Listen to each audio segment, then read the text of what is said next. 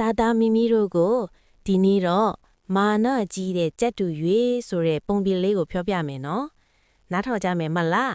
တခါတော့ငါရွာတရွာမှာအပြိုကြီးမပူဆိုတဲ့အမျိုးသမီးနေထိုင်တဲ့ကွယ်အဲ့ဒီအပြိုကြီးမပူအိမ်မှာချစ်ရှာကောင်းတဲ့ကြက်တူရွေလေးတစ်ကောင်ရှိရဲ့တဲ့ အဲ့ဒီကြက်တူရွေလေးကစကားလဲပြောတတ်တယ်လို့လူတိုင်းကချစ်ကြတယ်တဲ့အဲ့ဒီလိုလူတိုင်းကချစ်ကြတော့ကြက်တူရွေလေးကစိတ်ကြီးဝင်ပြီးမာနကြီးတဲ့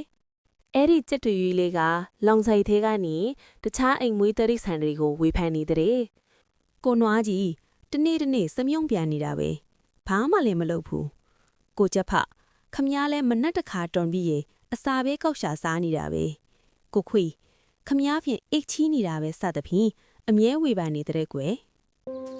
အတုံးမကြတဲ့ကောင်တွေကွာငါလောက်တောင်မတော်ဘူးအလောက်လည်းမလောက်ကြဘူး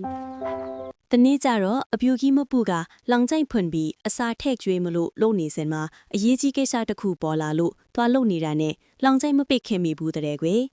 အလွန်စကားများပြီးဆက်ဆူတဲ့ကြက်တူရွေးလဲအပြင်းထွက်ပြီးဟိုဒီဒီသွားကြည့်တာပေါ့နောက်တော့လဲကွင်းနားကိုရောက်သွားတယ်ရဲ့လဲကွင်းနေနားရောက်သွားတော့ကိုနွားကြီးကလဲထွန်တဲ့စီမှာပင်ပန်လှုပ်နေရှာတာတွေ့တဲ့ကြက်တူရွေးလဲပင်ပန်းနေလဲကိုနွားကြီးကိုကြည့်ပြီးနောက်တနေရာထပ်သွားတဲ့အဲ့ဒီနောက်ကျမကြီးနဲ့ကြက်ကလေးတွေအစာရှာတဲ့နားကိုရောက်တဲ့ကြက်တူရွေးလဲကျမကြီးနဲ့ကြက်ကလေးတွေကိုကြည့်နေတော့မွေးတကောင်ကကြက်ကလေးကိုလာဆွဲတဲ့ကြက်ဖဲကြီးကလာပြီးရဲဝင်းခွတ်လိုက်တော့မွေထွတ်ပြေးသွားရော်တဲ့ကွယ်ကြက်တူရွေးက